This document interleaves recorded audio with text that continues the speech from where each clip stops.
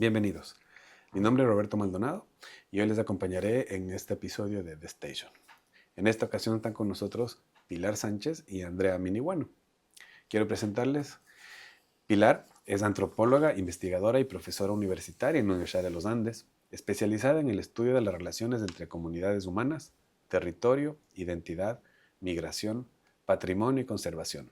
Ella es doctora en antropología cultural por la Universidad de Nueva York, magíster en antropología por la Flaxo, Ecuador, y economista de la Universidad de los Andes de Colombia. Es autora de diversos libros y publicaciones académicas que exploran las relaciones entre cultura, poder, identidad y territorio. Andrea, ella es historiadora por la Pontificia Universidad Católica de Ecuador, máster en artes visuales y educación.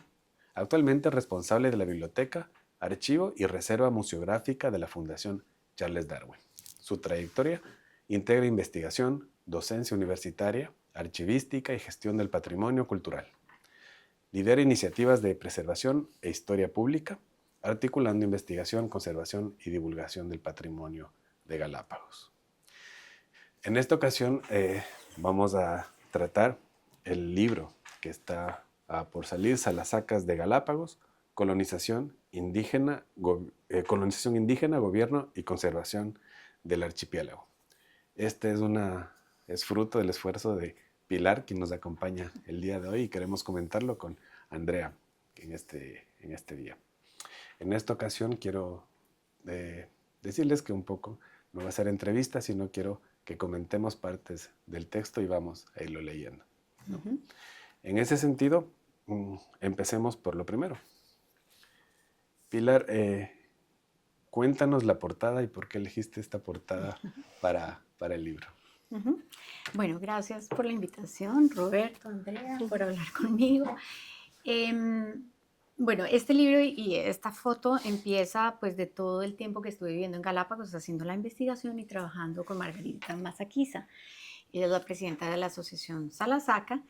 Y bueno, me acogió en la asociación y en su familia en realidad. Entonces, esta era una foto que ella tenía colgada en su sala y es una foto de hace un buen tiempo, por lo menos 20 años, en donde aparece con sus dos hijos.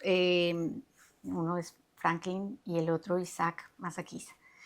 Elegimos la foto a mí me gustó mucho porque mostraba como el contraste de las dos generaciones como de salasacas de Galápagos.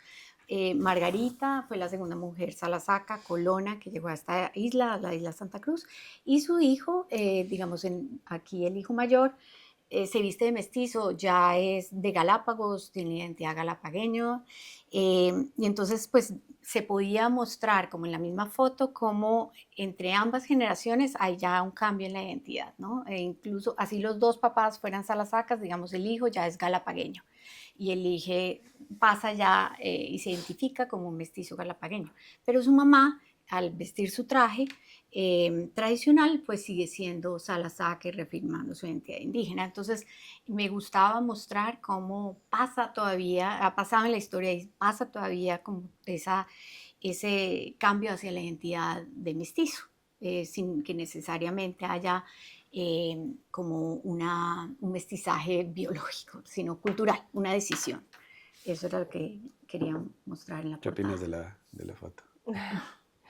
Bueno, justo para mí fue súper llamativo, lindo que se haya escogido. Más aún, bueno, ya después supe la historia de la foto y me pareció mucho más especial.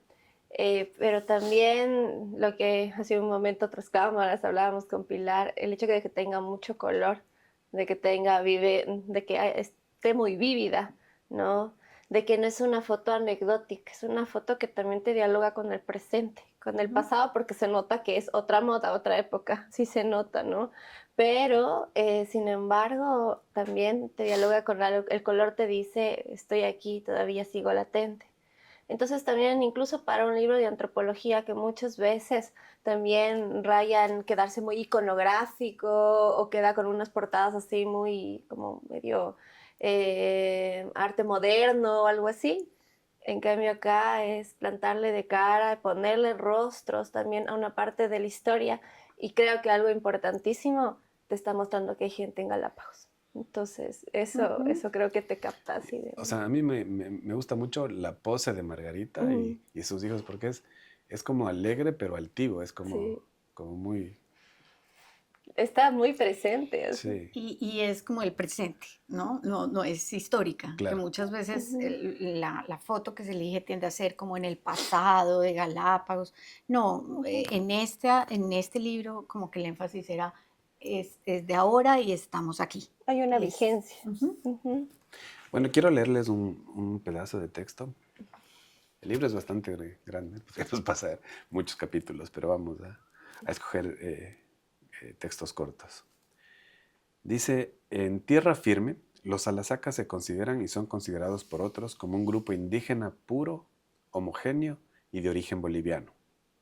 En efecto, las raíces culturales de los Alasaca, tanto del Tungurahua como de Galápagos, pueden rastrearse hasta la cultura de los Colla Aymaras, cuyo centro era el Tiwanaku, en el extremo sureste del lago Titicaca, actual Bolivia.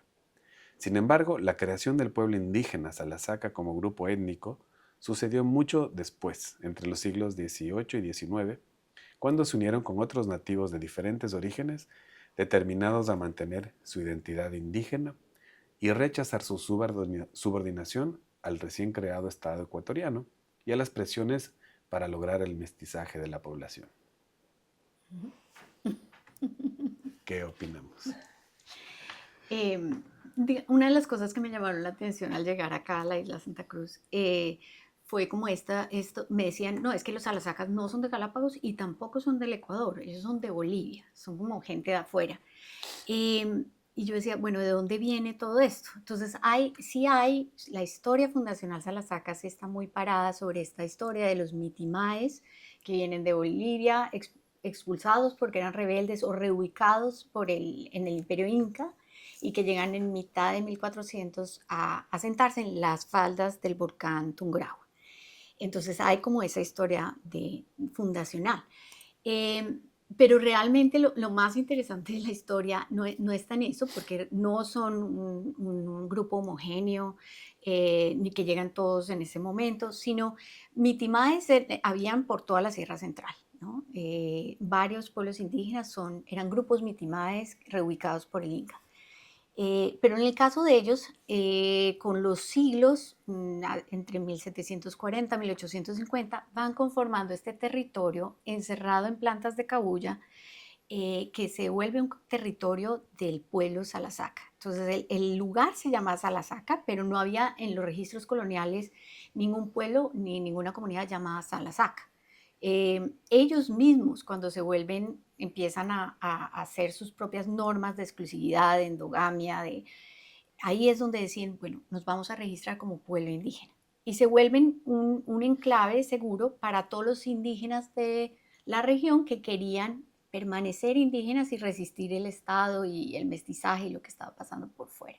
Entonces sí hay una cosa ahí como una determinación a ser indígenas, pero no todos son los descendientes de mitimaes, sino que recibieron como de muchos pueblos, muchos sujetos de la zona que iban tomando la decisión de de permanecer indígenas y que eventualmente se convierten en salasacas. Con una cierta rebeldía, dice. Sí hay una rebeldía, y la rebeldía incluso pues hasta muy tarde son integrados al Estado ecuatoriano, porque ellos mismos no decidieron que no los iba a atravesar autoridades ni mestizos, sino que este era un enclave para indígenas. Entonces sí había una altivez, un orgullo de ser indígena, un rechazo al mestizaje y al Estado.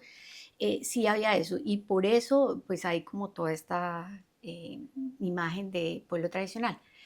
Pero es interesante porque los pueblos que en la colonia estaban registrados como indígenas, tipo Guambaló, después de ese tiempo ya aparecen como parroquias mestizas, mientras que Salasaca, que no era en la colonia registrado como pueblo indígena, se convierte en pueblo indígena reconocido en la Constitución. Estaba registrado como San Ildefonso, ¿no es cierto? Era esa zona, por el obraje de San Ildefonso en Tungurahua. Sí, el obraje de Pelileo San Ildefonso, sí. Algo importantísimo que me hace pensar. Primero me dejaste pensando dos cosas. Tengo que ir a consultar qué dice la arqueología O sea, la arqueología también, cómo la habrá identificado ya dentro de la cultura material de ese territorio, si era como es Cosanga Panzaleo, si tenía una unión con Puruá o no. Me hiciste, ahorita digo, no lo había fijado de esa forma, pero algo importante que quería comentar es que normalmente cuando se quiere estereotipar y cuando quieres tener cosas muy seguras o categorizar, mejor dicho, es súper fácil utilizar lo que se ha creído de la historia. La historia es nombres, héroes, fechas, fin, pero la historia es mucho más y la historia estudia estructuras. Y algo que nunca nos ponemos a plantear y que muchas veces los divulgadores de la historia erróneamente plantean y evaden, mejor dicho, es estudiar las largas duraciones y las grandes estructuras. Y nosotros cuando hablamos de lo precolonial, debemos pensarnos dentro de la gran estructura que éramos. Pertenecimos al Tahuantinsuyo, pertenecimos a cacicazgos, pertenecimos a señoríos, a grandes mancomunidades, macro, no a Ecuador. ¿Por qué no existía Ecuador? No a Bolivia. ¿Por qué no existía Bolivia? Entonces, dejarnos de esas cosas y más vale empezar a hablar de historias comunes, que es la que compartimos, de hecho, a América del Sur, ¿no? Y a la América Andina, especialmente en su zona, como es, de los Andes centrales. Entonces, creo que eso también es algo que muchas veces silenciamos. Siempre vemos, o sea, como los datos en documentos están plagados del colonialismo y como tenemos un desconocimiento muy grande de lo que pasó en el año 1000, en el 400, en el 100, en el antes de, es como que hubiera sido inexistente, ¿no? E invalidado. Y ahí es donde empieza también a perenizarse los problemas de mantener un colonialismo que es hasta ahora vigente, ¿no? Entonces, desde ahí, o sea, yo cuando pienso que a un Salasaca le tratan por boliviano, te deslegitimo a partir de ahí.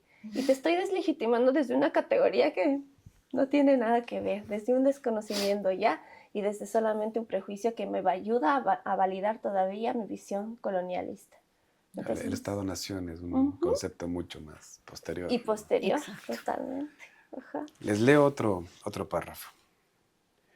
Dice, una década más tarde, las oficinas del registro estatal continuaron con este impulso al llegar a Salasaca, a propósito del levantamiento del primer censo nacional. El registro civil había iniciado recientemente campañas para contar a todos los nacionales y expedirles tarjetas de identificación, las cédulas. Sin embargo, el racismo de los burócratas estatales quedó inscrito para siempre en los nombres y los apellidos asignados a los miembros de la comunidad. Una y otra vez, los burócratas estatales mestizos se negaron vehementemente a registrar sus nombres y apellidos originales quichuas o aymaras. Y a pesar de las quejas, registraron a la mayoría de ellos con el mismo apellido, Masaquiza. Además, en medio de burlas, cambiaron de manera recurrente los nombres de los indígenas al considerar que no eran apropiados. Por ejemplo, a una chica llamada Vicenta la registraron como Vicente. A otra llamada Curichumbi la registraron como Curichumbo. Y a otras personas llamadas Yucacho lo registraron como Ricacho.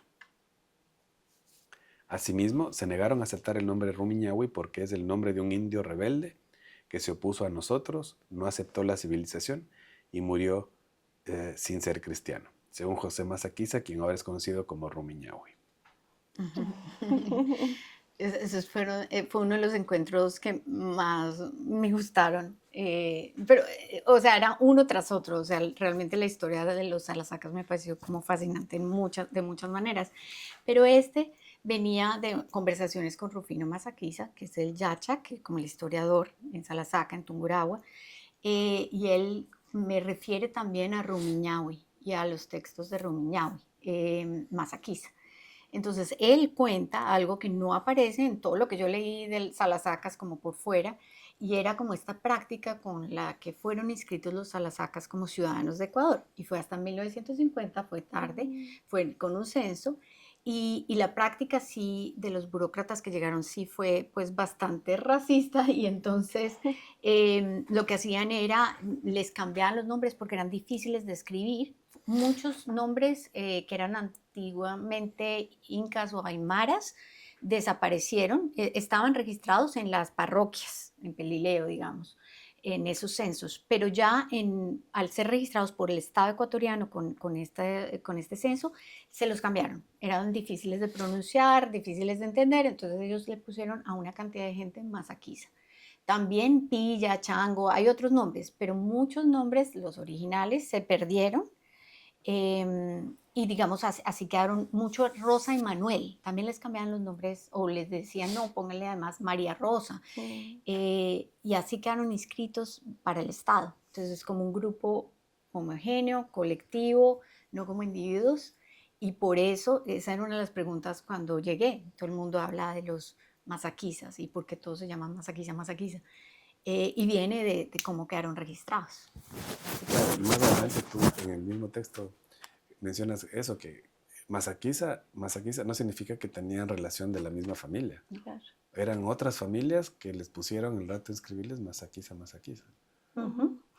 Sí, hay eso, sí, que vienen de dos familias diferentes, masaquiza.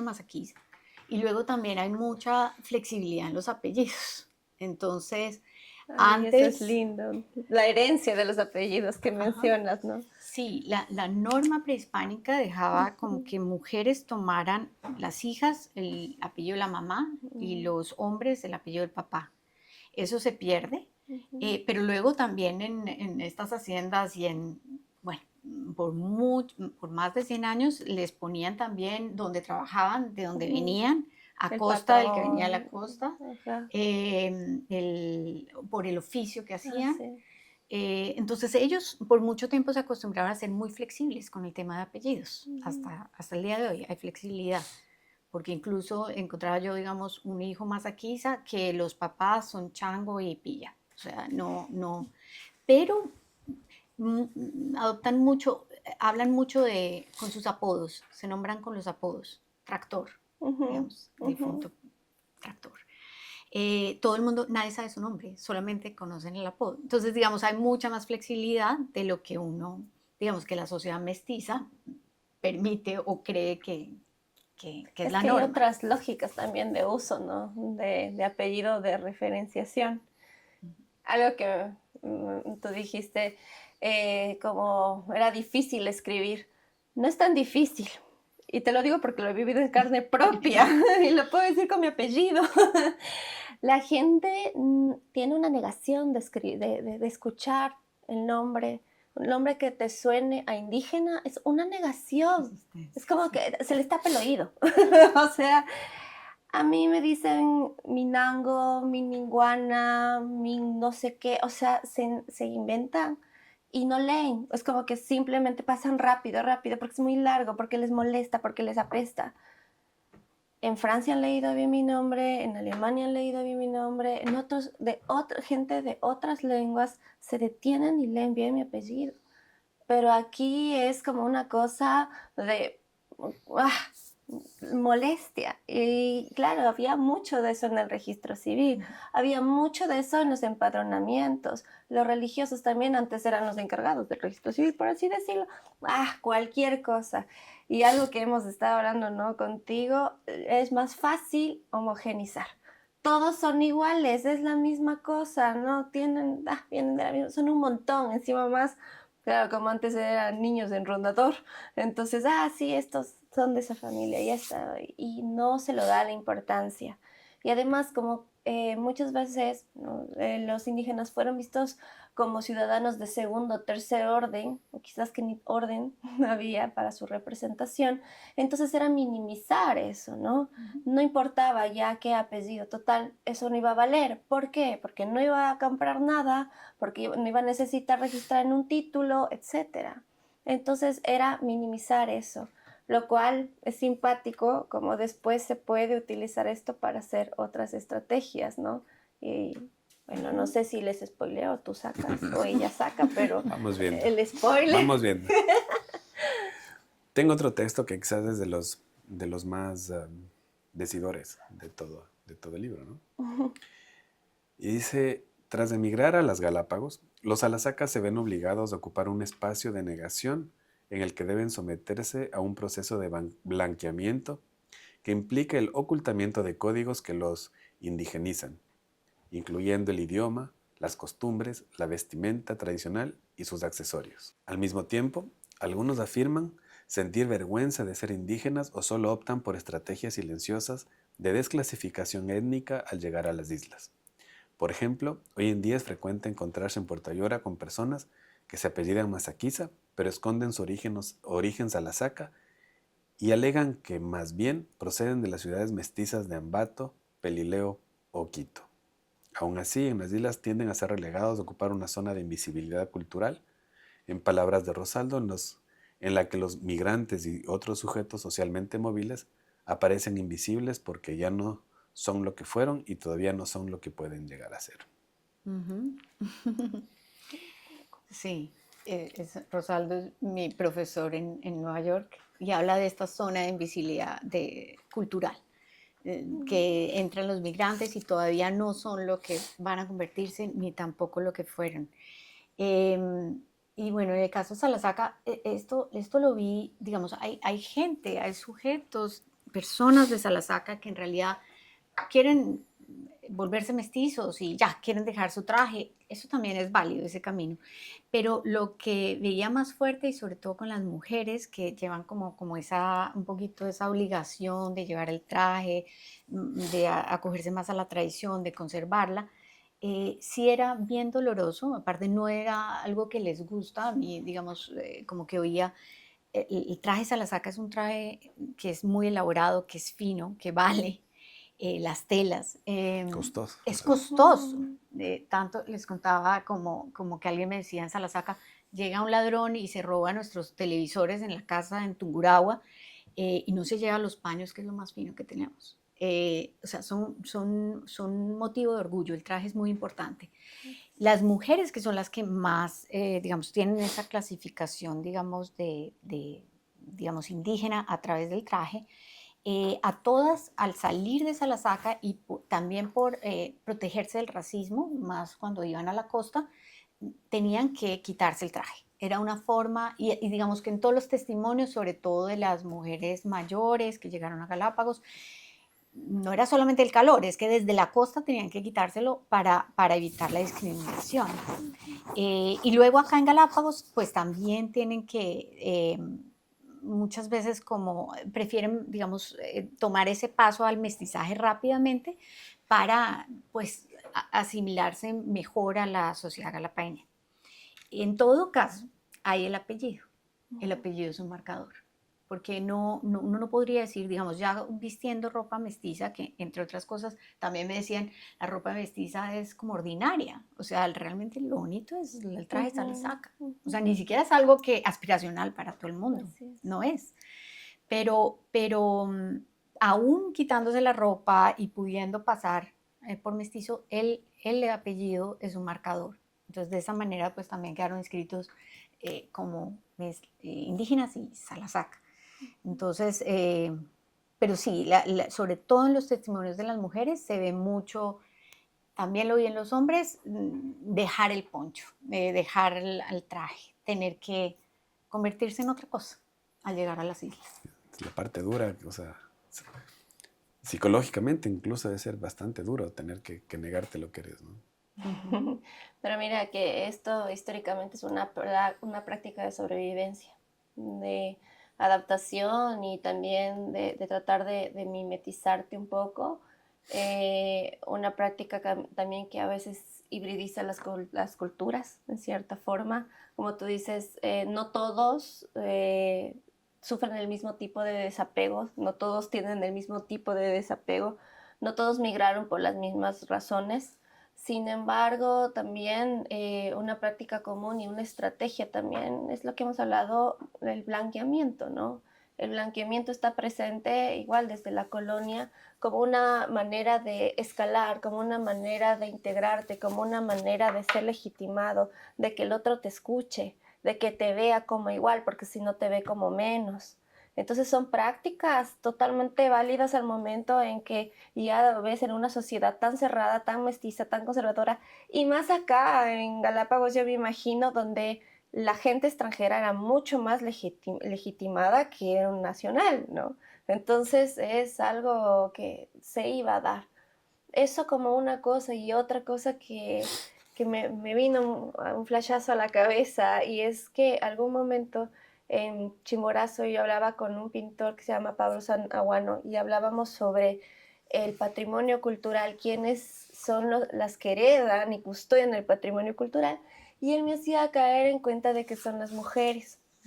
Las mujeres, porque los hombres, ¿no? Por justamente esa esfera pública que casi siempre les tocó como rol, tienen que desapegarse pronto, por ejemplo, de su ropa. Están muy normalizados de que estén con pantalón, ya desde las fotos mucho más antiguas, desde los grabados antiguos, ellos están con pantalón y están con prácticas, mientras que, por ejemplo, ya abandonan otro tipo de vestimenta mientras que las mujeres van teniendo otros trajes que son coloniales. Al fin y al cabo, estos trajes son coloniales, pero conservan todavía eso. El rol de la mujer es mantener todavía dentro de esa esfera de hogar, de sostén, de identidad, e irlo transmitiendo, ¿no? Esta transmisión de saberes cotidianos.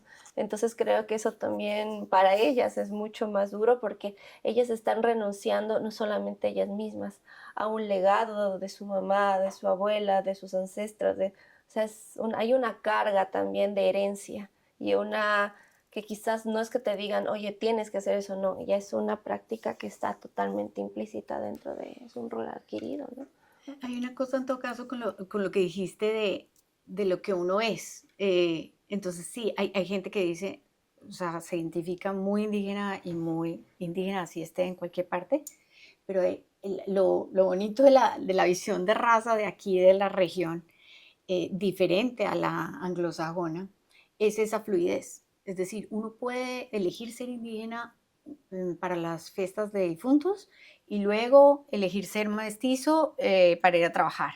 O incluso en un día cambiarse. Entonces hay una Sin dejar de ser, fluidez, dices. dejar de Sin ser dejar o de ser. pasar por la otra identidad, por mestizo. Entonces eso es una característica que como que confronta todas las categorías raciales en Estados Unidos, digamos, que es por el color de piel y porque un poquito el pelo o lo que sea, ya es algo fijo. No, la categoría acá es fluida todo el tiempo. Entonces, se puede ser varias cosas. Una de las cosas importantes en tu libro también es la, la asociación Salasaca. Y sobre eso hay un texto que refiere a Margarita. Dice, no obstante, la muerte de Cali movilizó a los colonos para unirse y construir un espacio propio en donde pudieran velar a sus muertos en la isla, antes de ser enviados al continente. El espacio ayudaría a preservar los lazos con sus raíces culturales y su lugar de origen. De esta manera se avanzaba en la reivindicación de su identidad étnica en el archipiélago. Con esto en mente empezó a construirse unos años después la Casa Comunal que alojó a la asociación y también por unos años a la primera escuela intercultural de las Galápagos. Así lo recuerda Margarita Mazaquiza, la actual presidenta de la Asociación Salasaca. Esa historia me impactó porque además refleja un montón de cosas. Cali fue el primer Salasaca que murió en la isla de Santa Cruz y murió por un accidente, pero la angustia que sintieron, digamos, todos los salasacas que están en la isla para llevarlo a enterrarlo al Pamba, al Cerro Sagrado en Salasaca, pues fue una cosa que al final fue lo que el origen de la Asociación Salasaca. O sea, sintieron que tenían que unirse para tener un lugar para velar a sus muertos en la isla y llevarlos luego a los ritos fúnebres y a ser enterrados en el Cerro Sagrado. Entonces ahí hay muchas cosas de la cultura Salasaca. Primero, pues esta noción de los ancestros que dan en el Cerro Sagrado, porque además los visito en el Día de los Difuntos, comparto comida, comparto chicha y puedo reunirme y compartir con ellos. Entonces hay esta creencia prehispánica que no separa el alma del cuerpo del difunto. Entonces, no es que el cuerpo esté allá y el alma está conmigo, no, el cuerpo y el alma están juntos y deben estar en el cerro y los voy a ir a visitar cada año. Entonces, eso es una cosa impensable, enterrarlo en Galápagos. De las primeras cosas que hice cuando vine, me da curiosidad ir a ver el cementerio de los pueblos y cuando llegué acá, pues encontré lo que todavía no hay un Salasaca enterrado aquí, pues de esa generación, ¿no? Ya la siguiente generación, ya, bueno, de repente sí, pero esa generación quieren que los lleven a ser enterrados en el Tungurahua. Entonces, hubo una angustia muy grande porque no tuvieron dónde velarlo. Finalmente tocaron muchas puertas, ahí sintieron el racismo, sintieron que no tenían un espacio y eso fue lo que los unió y dijeron, no, tenemos que unirnos, tener un lugar y poder velarlos a nuestros muertos. Entonces, ese testimonio de Margarita es súper bonito porque además habla del alma del difunto y de tenerla que llevar hasta Salasaca. Entonces, finalmente alguien los ayuda, la reina de aquí y otro señor, y logran llevarlo y enterrarlo a Cali.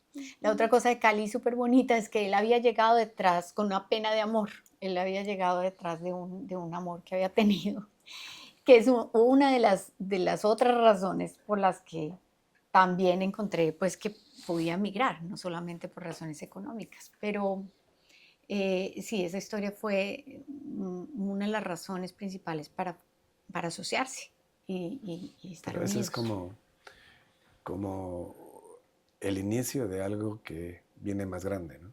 Es decir, por la necesidad de velar a uno de sus integrantes, logran construir un lugar donde era libre ellos para seguirse fortaleciendo como pueblo, ¿no? O sea, porque es la organización y es donde ellos siguen siendo ellos. Yo veo una cosa que siempre sucede. Primero fue una catarsis, porque fue como que la gota que derramó el vaso. Cuántos dolores hay detrás. Y creo que en el libro podemos ver mucho de eso, ¿no? Tú vas narrando varios dolores, varias cosas, varias cargas de lo que ellos han sido, de lo que ellos han aportado acá, de cómo se les ha desconocido una y otra vez, de cómo su misma historia y el cargar con su misma historia también a ellos les hizo frenarse para también desarrollarse aquí.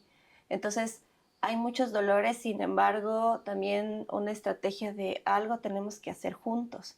Y creo que justamente cuando se celebra algo tan intenso, puede ser un motivo de celebración alegre como triste, te unes, ¿no? Entonces en ese momento explota todo esto y se puede consolidar algo que ya era, que estaba latiendo desde hace años, ¿no? Entonces me alegro que, o sea, en medio de un momento tan duro, sale y germina esto que ahora yo creo que ya está rindiéndose frutos. Y justo la escuela tiene un nivel de reconocimiento mayor, los alasacas ya también tienen otros roles, o sea, como que ya va cambiando también esas funciones, ¿no? Y algo, justo yo le hacía la pregunta a Pilar, ¿mueren aquí los Alasacas o quieren volver a casa? Y justo es eso, ¿no? No encontrar en el cementerio, sería también interesante de que nunca pensemos que no estuvieron, sino que estuvieron, pero fueron de paso, dejaron su huella, pero fueron a su lugar de origen a enterrar sus restos, ¿no? O sea, es interesante eso también. Son otras lógicas que muchas veces no nos atrevemos a pensar por cómo Occidente nos demarca ciertas costumbres.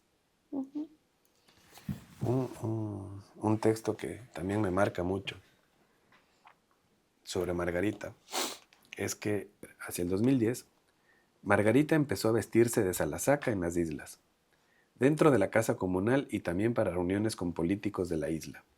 Margarita siempre usa su ropa tradicional en un intento por reivindicar su identidad indígena y visibilizar la presencia indispensable del colectivo en la isla. Ella era una de las pocas que vestía Salasaca fuera de la asociación y fue la segunda mujer Salasaca que llegó a la isla Santa Cruz. Por ser indígena tuvo que permanecer ocultándose, como ella me decía, durante más de 30 años, desde su llegada en 1980 hasta el 2010. aunque se convirtió como el resto de los colonos en residente legal de Galápagos según la ley de 1998. Margarita tuvo que despojarse de su identidad étnica para evitar la violencia simbólica y física en el archipiélago. Sin embargo, con la nueva constitución y el giro político en los países andinos, pudo recurrir a las estrategias disponibles para indígenas, activistas y políticos. En el 2008 también se convirtió en la primera mujer en liderar la asociación Salasaca. Eso es súper bonito y él lo cuenta con emoción y muy definido en el momento de la historia que pasó. Y tiene que ver con el gobierno de Correa, con los movimientos que habían en la región, en donde volver a reindigenizarse, volver a vestir el traje, era una forma de afiliarse políticamente y demostrar orgullo y movilizar una causa. Y es muy interesante porque sí, o sea, primero no todas las mujeres migrantes a la SACA pueden hacerlo, ¿no? Solamente pues ella es colona, es residente permanente, puede hacerlo. Entonces ya puede, digamos, como que protegerse y movilizar políticamente los reclamos de derechos.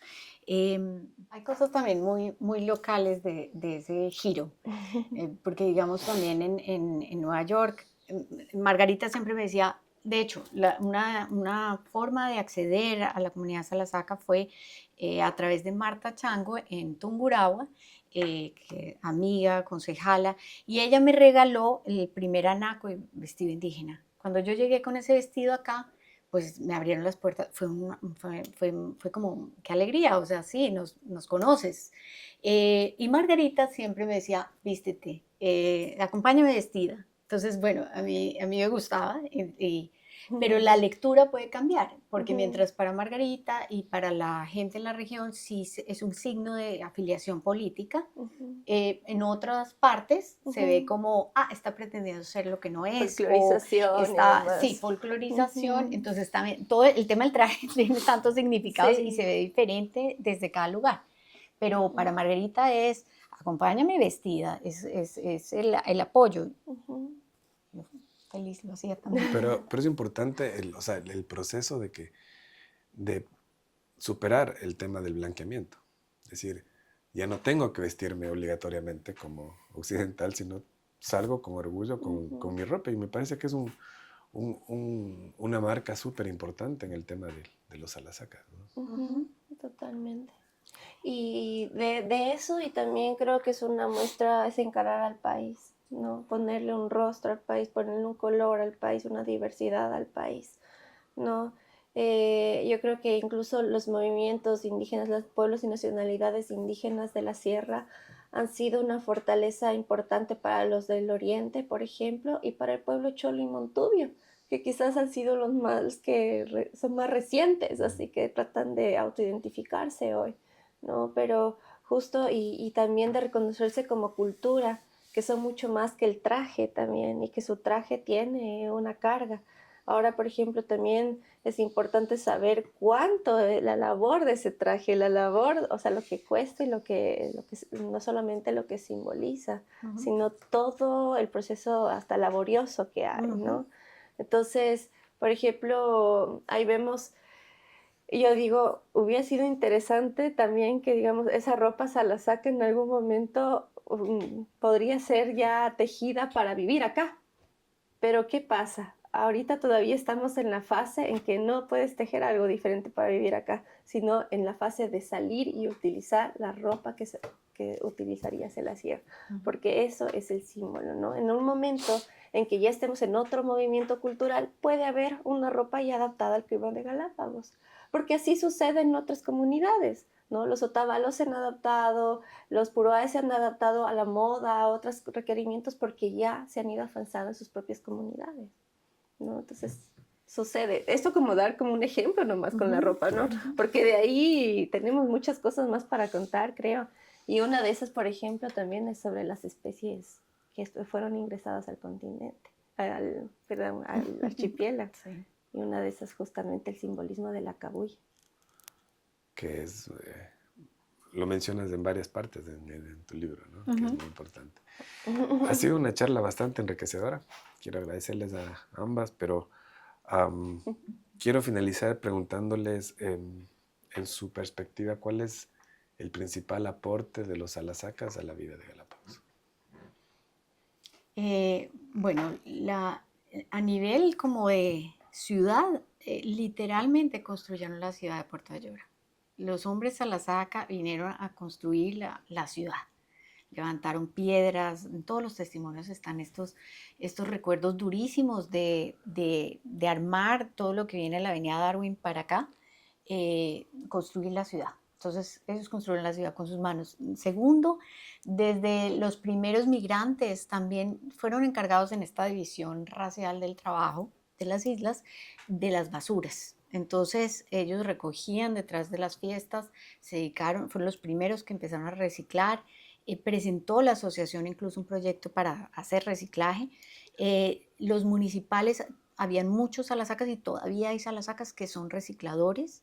Entonces hay un tema de limpieza que, mejor dicho, es el backstage de la conservación y que es clave para el parque, para mantener el parque. Entonces también hay una contribución. Las mujeres lavaban, en cambio, lavaban la ropa de los cruceros, que es también una parte del detrás de cámaras del turismo.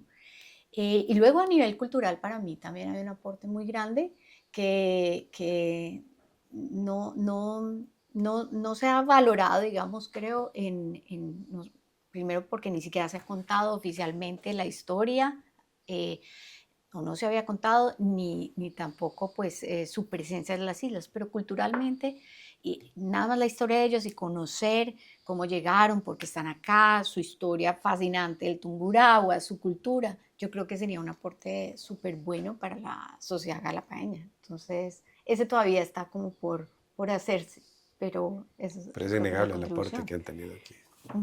O sea, es impactante. O sea, para mí, bueno, yo en cambio te cambio la pregunta y digo, ¿cuál es el aporte de este libro? No, o sea, ya Pilar nos ha dicho el aporte de los salasacas y claro, para mí también era como esto que nos ha destacado ahorita Pilar, ha sido muy valioso darme cuenta de ese aporte. Y, por ejemplo, más que reciclaje, la manera es conservar el medio ambiente, ¿no? Con la reintegración de los desechos orgánicos. Y eso es importantísimo, es una forma de conservación y es la conservación con la gente, no fuera de la gente, con la gente. Me parece eso súper clave. Este libro y Pilar, como es, creo que decirte una vez más, nos abre muchas puertas, nos ha abierto muchas puertas, muchas interrogantes, nos ayuda a que Galápagos se vea también como un lugar de residencia de disputas, de colonización de diversidades. Como historiadora a mí me deja muchas aristas para seguir hurgando, seguir armando el rompecabezas. Hago la propaganda de muchos de aquí estos libros que tenemos aquí en la mesa hoy son parte de las fuentes consultadas que tiene Pilar, muchos de ellos los tenemos aquí en el archivo, en la biblioteca, y son parte de estas cosas que si quizás como muchas veces nos vienen y nos piden por un hallazgo biológico, pero también desde una mirada antropológica, desde una mirada histórica, desde otras miradas, desde la educación y demás, se investiga, empezamos a abrir nuevos puentes y empezamos a tener un nuevo piezas para el rompecabezas y para construirnos en comunidad. Y yo creo que eso es la valía de este lindo libro que nos enfrenta a una realidad, le da un rostro, le da una presencia, y creo que a nivel nacional y a nivel mundial va a ser una cosa de decir, no hay más que también que cuidar, no solamente el medio ambiente que muchas veces se ve con una foto bonita, con unos animales con los que quieres tomarte foto nada más, pero que no entiendes también cómo es su convivencia. Creo que también la gente que ha vivido aquí también merece ser entendida dentro de su desarrollo, sobrevivencia y evolución. O sea, es innegable que quiero sobre todo agradecerte, Pilar, por este aporte a las Islas Galápagos. Este libro realmente es un documento que trae mucho conocimiento, mucha historia y mucha reflexión sobre un grupo humano que no ha sido tan visibilizado en la parte académica. O sea, de hecho, hay pocas publicaciones sobre ciencias sociales, ciencias humanas y sobre historia menos también.